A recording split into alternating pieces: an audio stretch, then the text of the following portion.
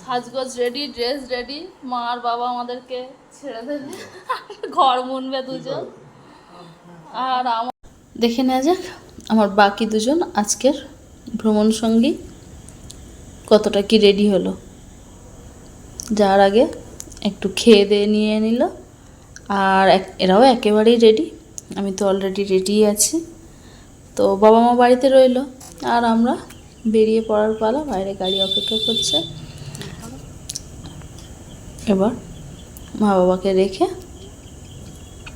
খারাপ লাগছে মা বাবাকে ছেড়ে একা একা বেরিয়ে যেতে, কিন্তু কিছু করারও নেই।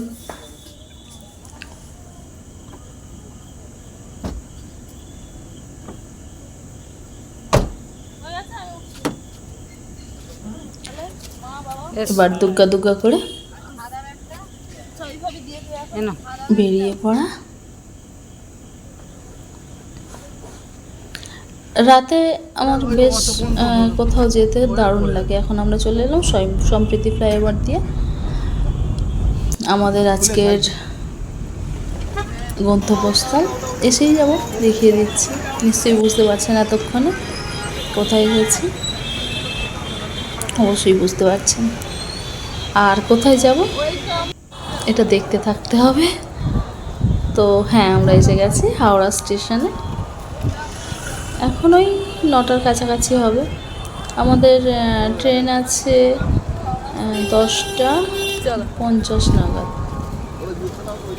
আমরা একটু আগেই চলে এসেছি, ওয়েট করব। এখানে এসে দেখলাম আমাদের মতো অসংখ্য মানুষ অপেক্ষা করছে তাদের নিজ নিজ স্থানে যাওয়ার উদ্দেশ্যে, নিজ নিজ ট্রেনের জন্য। আর আমরাও বেশ কিছুক্ষণ অপেক্ষা করার পর আমাদের ট্রেন এসে গেল।